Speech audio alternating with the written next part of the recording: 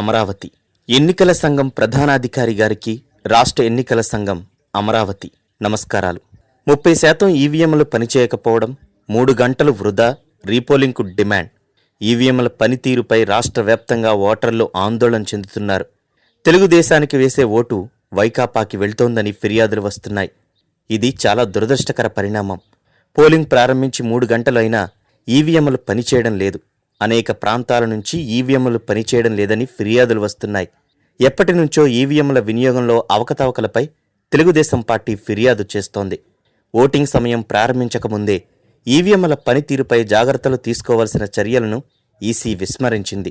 ఓటర్లు తమ ఓటు హక్కును వినియోగించడం బాధ్యతగా గుర్తించాలి. ఈవీఎంలు పనిచేయడం ప్రారంభమైన తర్వాత మళ్లీ వచ్చి ఓటు హక్కును వినియోగించుకోవాలి. ఓటు వేయటాన్ని విస్మరించరాదు. ఓటు వేయడం మన బాధ్యత. ఓటు వినియోగించకపోవటం ప్రజాస్వామ్యంలో మనకే నష్టం. కొన్ని చోట్ల ఈవీఎంల్లో తెలుగుదేశం పార్టీకి వేస్తే వైకాపాకి వెళ్తుంది అని ప్రజలు ఆవేదన వ్యక్తం చేస్తున్నారు. విజయవాడలో బిషప్ ఆజరయ్య స్కూల్లో ఓటు వేసిన వ్యక్తి అతని ఓటు తెలుగుదేశం పార్టీకి వేస్తే వైకాపాకి వెళ్ళిందని ఆవేదన వ్యక్తం చేశారు.